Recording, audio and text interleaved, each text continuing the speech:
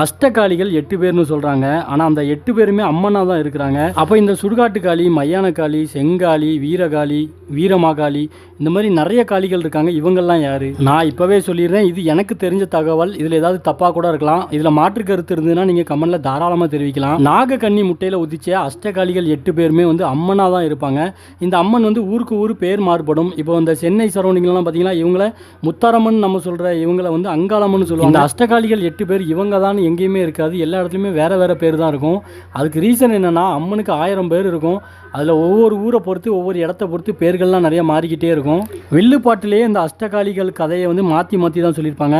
சில வில்லுப்பாட்டுகளில் முதலாவது முட்டையில் முத்தாரம்மன் வந்தாங்கன்னு சொல்லியிருப்பாங்க. சில வில்லுப்பாட்டு கதையில் 4வது முட்டையிலேருந்து தான் முத்தாரம்மன் வந்ததாக சொல்லியிருப்பாங்க. இப்போ இந்த அஷ்டகாளிகள் 8 பேரில் ஒரு அம்மன் மட்டும் மகிஷாசூரனை அழிக்கிறதுக்காக காளியாக அவதரிக்கிறாங்க. அந்த காளி வந்து பல காளிகளை அவதரிக்கிறாங்க.